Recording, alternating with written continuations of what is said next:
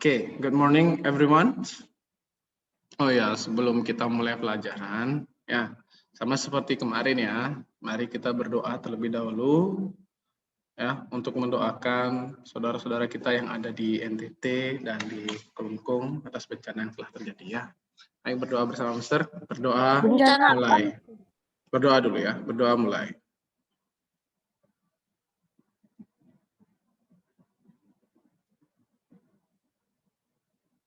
Oke, berdoa selesai. Ada bencana kan yang mungkin yang suka baca berita di Nusa Tenggara Timur itu lagi ada banjir besar, di Kelungkung itu ada angin puting beliung kalau nggak salah ya. Wow. Ya. Ada angin puting beliung. Ya, makanya kalau punya handphone coba berita dicari ya, jangan TikTok gitu ya. Anu bajumu apa orange gitu? Virtual background. Oke, data handling, line grabs ya. Hari ini kita belajar itu. Nah, coba ya perhatikan data line graph itu grafik garis yang kita pakai untuk membandingkan dua buah data. This table shows the conversion between US dollar and Japanese yen. Ya, kalau di tabel kayak gini. Sorry. Nah, US dollar and Japanese yen. 10 US dollar equal 1,000 Japanese yen, 20 US dollar equal 2,000 Japanese yen, and so on ya. Jadi perbandingannya seperti ini. Ini adalah perbandingan yang setara. Terus dia nilainya sama. Walaupun ada angka-angka yang nggak bisa diisi, coba bisa tanya. Pasti kalian bisa. 40 US dollar itu berapa Japanese yen?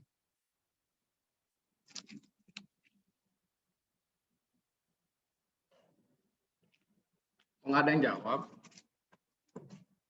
40 dolar. Ayo, 10 1.000, 20 2.000, 30 3.000, 40 4.000. Iya. Gampang ya. Jadi itu ada pakai perbandingan setara, nanti kita belajar. Nah, selain kita bisa gunakan dalam bentuk tabel, kita bisa convert dia ke dalam bentuk line graph ya, yang kita namakan conversion graph ya. Bentuknya seperti ini. Pasti kalian sudah pernah lihat ya di kelas 5 atau mungkin di kelas 6 juga pelajaran matematika kan belajar pengolahan data ya. Nah, bentuknya seperti ini. Jadi cara bacanya adalah kalau kita mencari konversi US dollar ke Japanese yen, pertama cari dulu bilangan yang ada di US dollar. Contoh nih, 50. Ya, 50 US dollar. Kita mau cari berapa sih Japanese yen-nya? Nah, 50 tarik ke atas. Baru ke kiri. Nah, kalau kalian meletakkan dapat angka, ada angkanya seperti ini garisnya, ada di antara tengah-tengah 6.000 dan 4.000. Itu caranya adalah kalian tambah lalu dibagi 2 gitu ya. Kalau dia di tengah-tengah pas ya, kalau bukan tengah-tengah pakai perbandingan kayak tadi aja. Berarti di sini 4.000 tambah 6.000, 10.000 bagi 2, 5.000. Ya, easy, gampang. Pasti kalian bisa.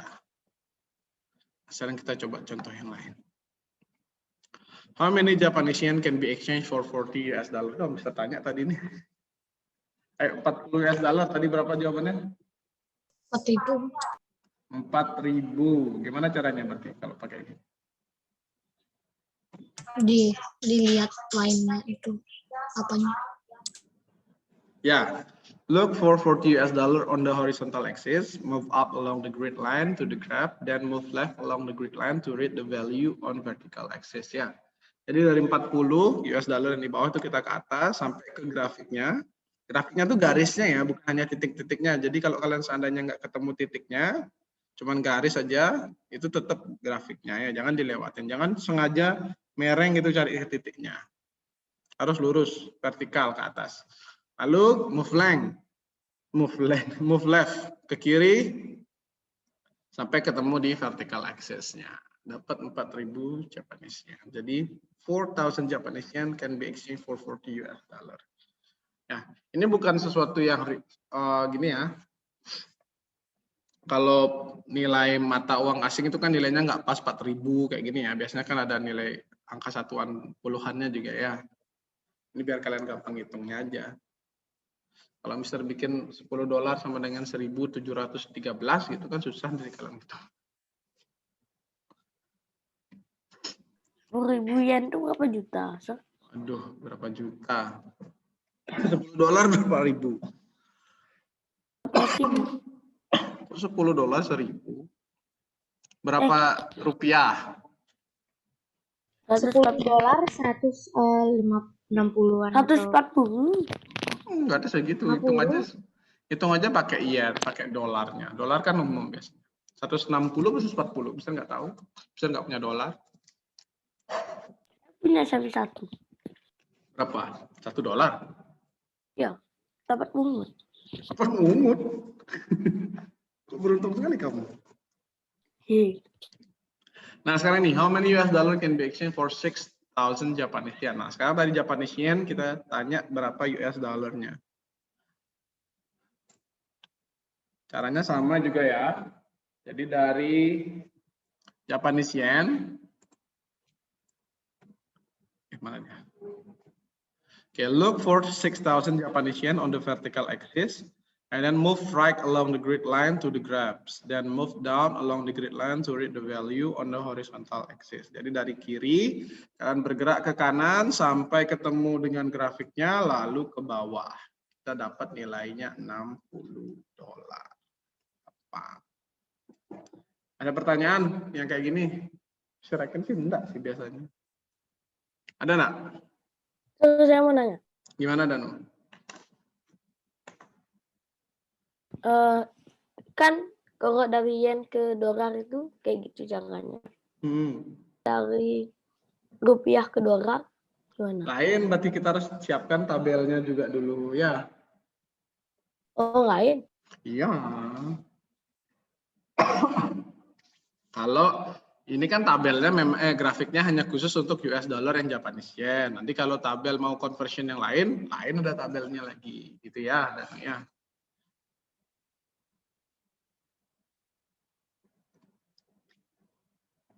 Nah sekarang ini contohnya grafik yang lain. This is a distance time graph. It shows Parker's journey between 1 p.m. and 5 p.m. Ini adalah grafik perjalanannya Parker dari jam 1 siang sampai jam 5 sore. Ya, apa? Coba diperhatikan. Bedanya sama yang tadi. Kalau yang tadi itu kan konstan ya pergerakannya. Jadi pergerakannya terus lurus ke atas menanjak gitu ya. Kalau yang grafik yang kali ini grafiknya tidak terus menanjak ya. Sometimes dia stop dia jadi dia diem. Nah, kenapa bisa seperti ini?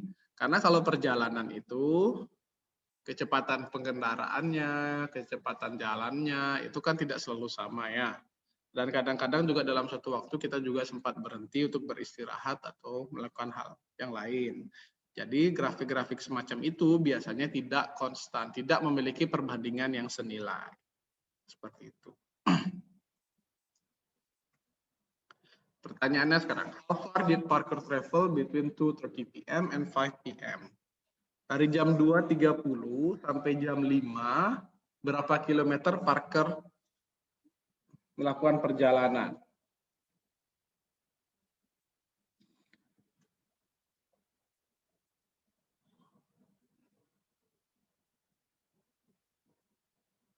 Gimana? Halo? Tahu nggak caranya? Pertama kita cari dulu jam 2.30.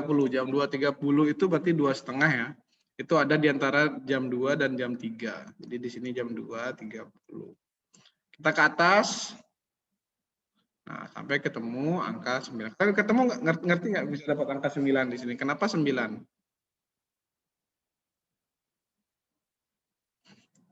Halo?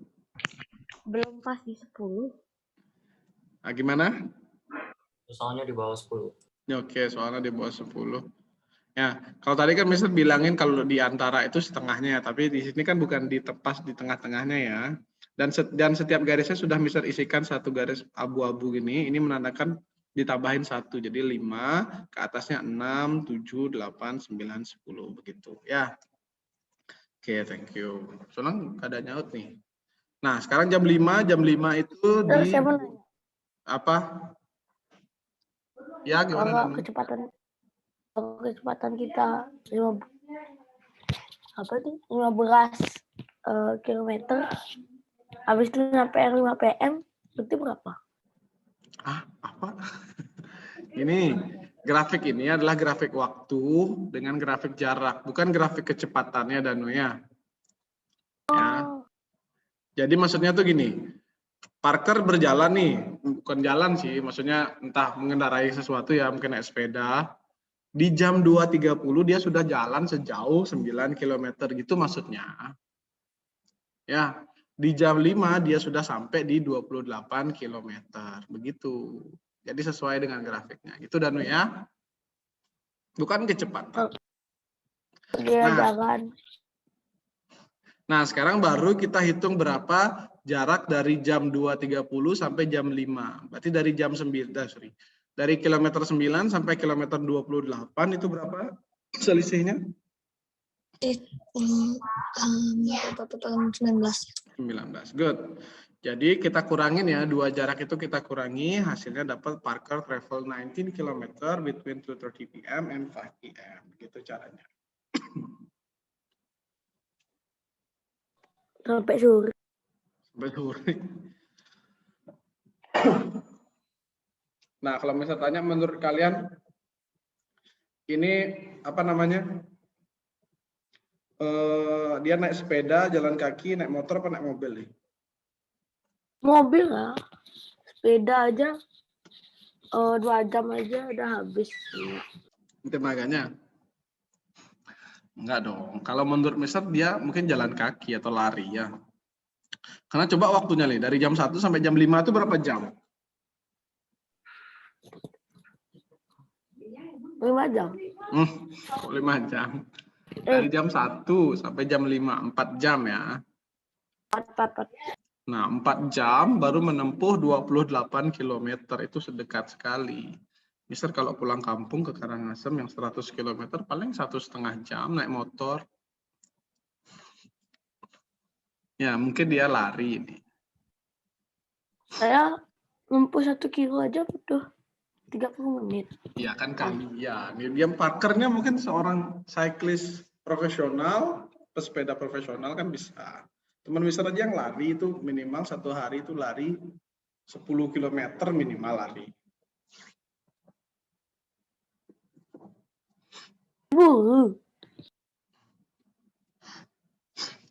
Ya, udah. Nah, sekarang ini, the graph shows the height of a candle over 10 minutes as it burn. Nah, sekarang ini adalah grafik yang menunjukkan lilin yang dibakar. Ya, pasti kalau lilin dibakar, itu pasti berkurang dong tingginya, benar nggak? Kalau misalnya tanya berapa tinggi awal lilin itu berapa? 7 cm. 7 cm ya, tinggi awal 7 cm saat sebelum dinyalakan ya. Setelah dinyalakan lilinnya berkurang, setiap menitnya berkurang sampai di menit ke-9 lilinnya sudah tidak menyala lagi. Olahraga kamu udah bawa dumbbell apa namanya? Enggak. Ya. Kira-kira di menit ke-9 itu habis lilinnya atau ditiup, tertiup? Tertiup ya. Kalau lilinnya habis kan nggak mungkin ya. Kalau lilinnya habis pasti dia tingginya 0 ya. 0 cm karena sudah sampai bawah. Kalian pernah lihat lilin? Nggak pernah. Nggak pernah.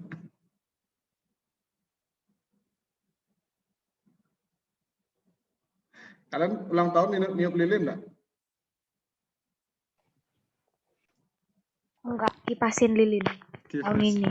Tahun ini ya. Ada nggak yang ulang tahun? Biasanya kalau kita ulang tahun itu, kalau mau ditiup lilinnya atau dimatiin lilinnya kan kita berdoa dulu ya. Mohon, minta permohonan kan gitu katanya. Ada nggak yang minta permohonannya lama banget sampai lilinnya habis? Oh.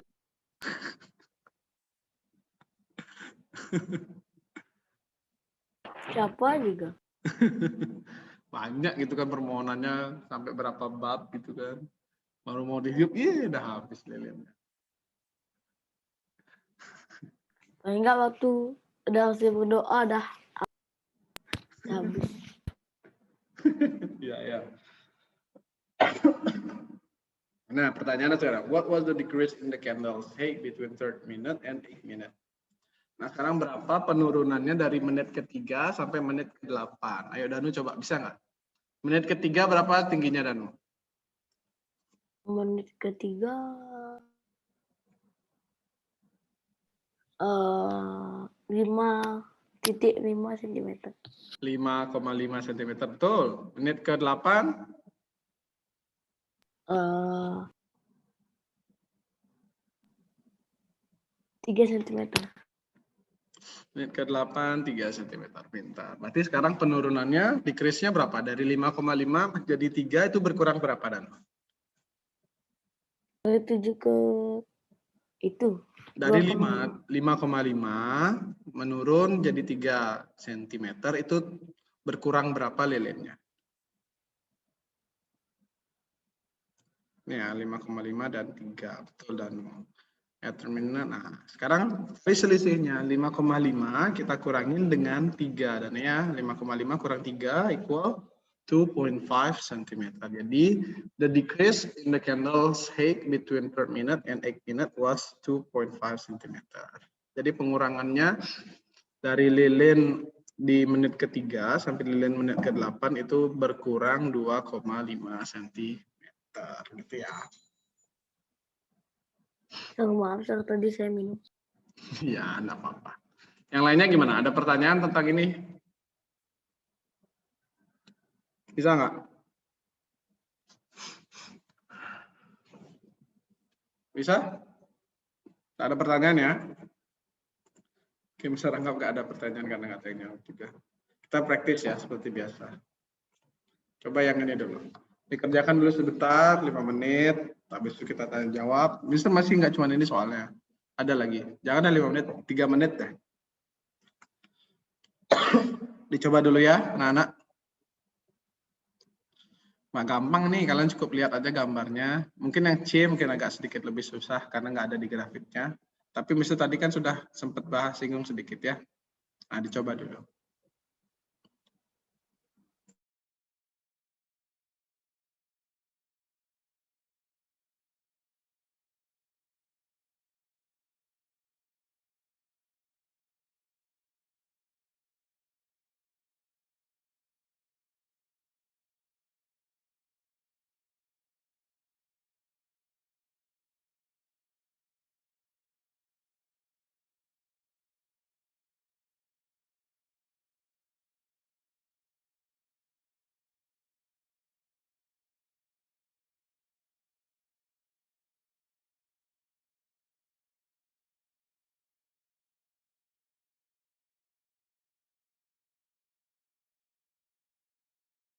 British pound itu yang di atas atau yang di bawah? Gimana Danu? British pounds, yang di bawah, Kan ada tulisannya di bawah tuh, British pound. Yang sebelah kiri kan US dollar tulisannya.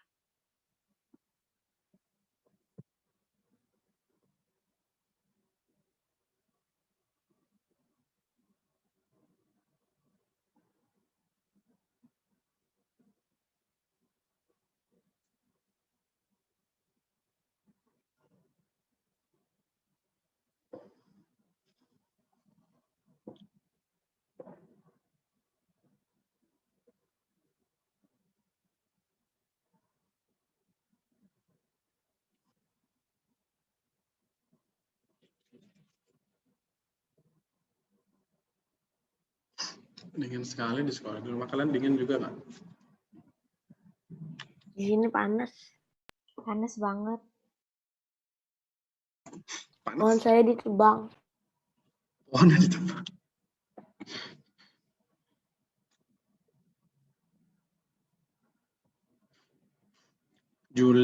Kapan rasanya sekolah boleh dibuka? Ya, kalian nanti jangan-jangan sekolah baru dibuka kalian udah SMP ya?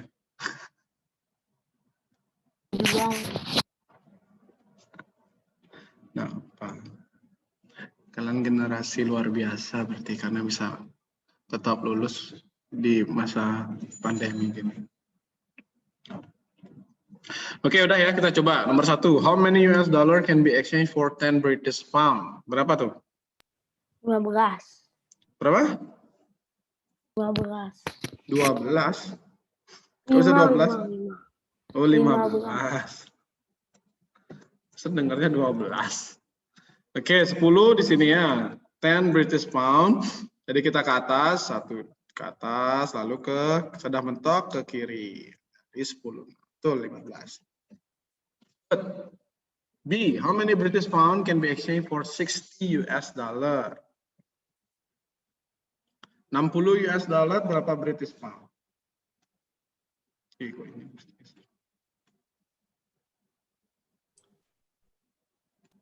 Ayo.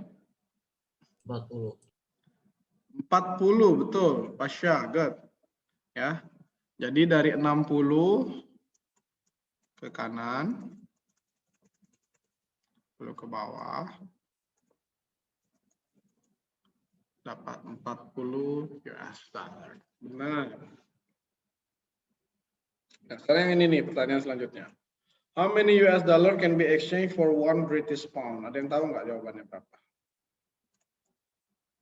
1 British pounds itu berapa US dollar? 5 dolar. Kok bisa 5 dolar?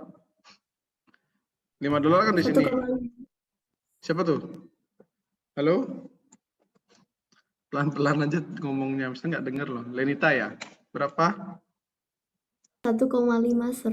1,5. Bentar. Gimana caranya Lenita? 15 dibagi 10. 15 bagi 10. Good. Thank you, mantap. Cepat ya. Nah, mungkin bagi teman-teman yang kurang paham, anak-anak yang lainnya, kenapa bisa 15 dibagi 10? Itu caranya gini. Perbandingan ya, pakai perbandingan. Tadi kan saya bilang bahwa kalau grafik penukaran uang itu memiliki perbandingan yang senilai. Jadi nilainya sama karena grafiknya terus menanjak konstan gitu ya. Nah, contoh. 10 US dollar, US dollar, British pound, sorry, itu kan equal 15 US dollar, gini ya. Jadi 10 itu setara dengan 15. Nah, supaya 10 itu jadi 1, kita bagi dengan 10. Ya, jadi 10 bagi 10 equal 1. Jadi 1 British pounds itu sama dengan, nah karena dia dibagi 10, 15-nya juga kalian harus bagi 10. Jadi 1.5 US dollar. Gitu ya. Paham? Yang lainnya gimana? Mengerti enggak? Tidak. Tidak. Saya kurang. Oke, gini. Kenapa bisa dibagi 10? Karena kita harus membuat 10 itu menjadi 1. Nah, kalau sekarang pakai perbandingan yang atas, perbandingan yang B. Yang B itu kan 40 British pound itu equal 60 US dollar. Ini kan kalian bisa ya mengerti yang ini kan 40 itu sama dengan 60, mengerti kan? Dari grafiknya. Ya. Nah, sekarang 40 itu mau kita rubah jadi 1 karena pertanyaannya 1 British pound nih. Caranya bagaimana biar 40 jadi 1?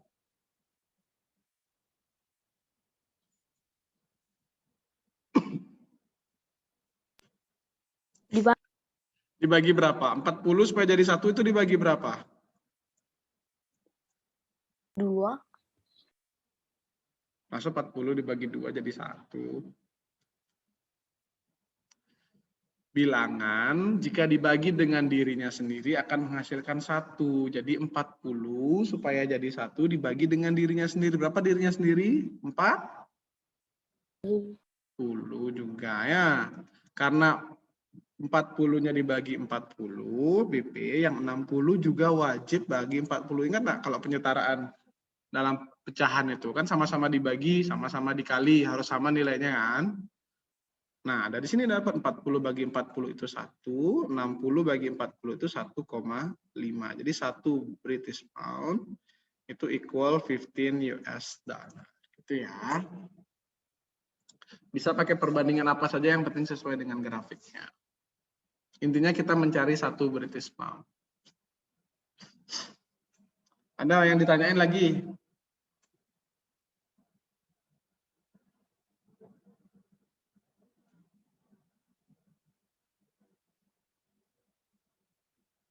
Nggak ada? Oke, kalau itu lanjut dah soal yang kedua. How far did the cyclist travel during the first 4 hours?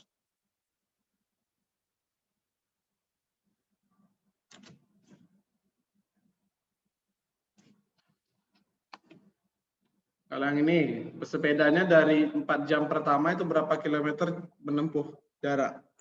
60. Ya, 60. Ini ya, 4. 4. Kita ke atas. Lalu ke kiri, tempatnya 60. Ya, kenapa langsung kita buat 60? Karena ini first 4 hour. Ya, jadi jangan bingung. Jangan kira ini 1 jam pertama ya, jadi 15. Karena 4 jam pertama. Nah, pertanyaan berikutnya, how far did the cyclist travel during his journey? Keseluruhan perjalanannya berapa kilometer?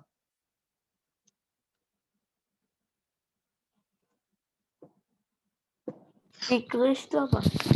Cyclist pesepeda. Maksudnya how far did the cyclist travel during his journey itu apa? Seberapa jauh pesepeda itu melakukan perjalanan selama yang ditempuhnya ini kan sampai 6 jam nih. Sampai 6 jam dia kan naik sepeda, itu sampai berapa kilometer gitu maksudnya. Sampai ujung. 65. Ya, gitu aja maksudnya, Mister ya. Pertanyaan yang B itu hanya pertanyaan berapa kilometer jauhnya dia menempuh perjalanan dengan sepeda. Ada pertanyaan lagi nggak? Habis ternyata materi Mister. Ada pertanyaan? Enggak. Yang lainnya juga enggak.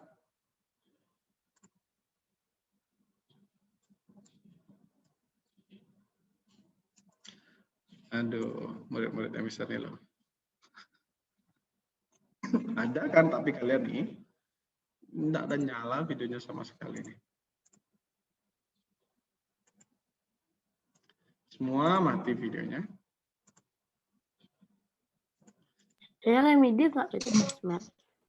Matt, enggak ada nih, 0 yang remedi. Dah kumpul yang remedi. Apa aja yang studi? Satu murid, nah anak saya tahu. Yang penting yang remedi udah ngerjain. Oke, tugasnya nih ya, Math Skill Assessment for Line Graphs. Tugasnya seperti ini.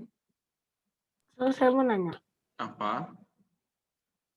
Kalau itu Sir bilang Jumat minggu kemarin ada tugas satu TS. Saya cek kok nggak ada. Jumat minggu kemarin ada tugas waktu UTS. Pas PTS besok nggak ada ngasih tugas. PTS Sir, kan Jumat nggak ada pelajaran Sir, jadi Sir ngirim tugas. Enggak ada. Minggu sebelumnya bisa kasih tugas. Masa Mister udah bilang gitu? Oh iya. Maksud Mister itu pas PTS kalian bisa kerjakan tugasnya. Tapi Mister kan kasih tempo waktunya tuh 2 minggu kan. Jadi kalian nggak ngerjainnya mesti pas PTS-nya. Setelah PTS ngerjain boleh. Karena Mister nggak kasih waktu 1 minggu kayak yang biasanya. Karena ada PTS. Ya ini tugasnya anak-anak ya. Ada 3 soal aja. Baik lagi Mister, cuma 3. Ingat soalnya 2 halaman. Karena sering sekali bisa lihat kalian kalau misal kasih soal 2 halaman, kerjanya 1 halaman. Bisa chat di Google Classroom siapa gitu misalkan. Danu tugasnya kurang nih, baru 1 halaman aja, lagi 1 belum. Nunggu kalian balasnya, itu lama sekali. Jadinya kalian capek telat jadinya ngumpul ya. Jadi perhatikan sebelum upload, sebelum submit, kan kalian upload dulu kan tugasnya, di-upload, dicek dulu sudah benar belum. Kalau sudah baru klik submit ya.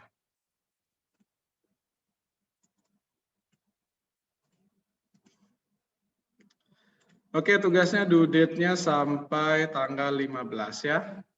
Udah, itu aja pelajarannya, Mister. 15. Cepat sekali. Sekarang tanggal 9. Baru masuk.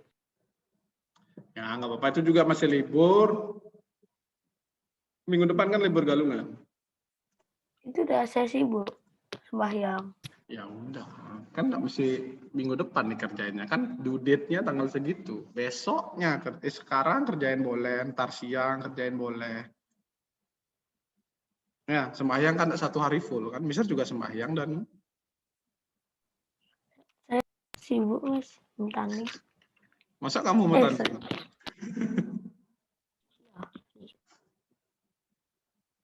Ya, pokoknya Mister kasih due date segitu, silahkan diatur waktunya ya. Oke, sampai ketemu minggu depan. Bye, thank you. Bye, Sir. Terima kasih, Mister. Kasih, Sir. Kasih, Mister. Ya. Thank you. Good luck sama tryout-nya. Ya, good Oke, luck. ya sama untuk yang beragama Hindu, Bye. selamat menyambut Hari Raya ya. Bye. Bye. Bye.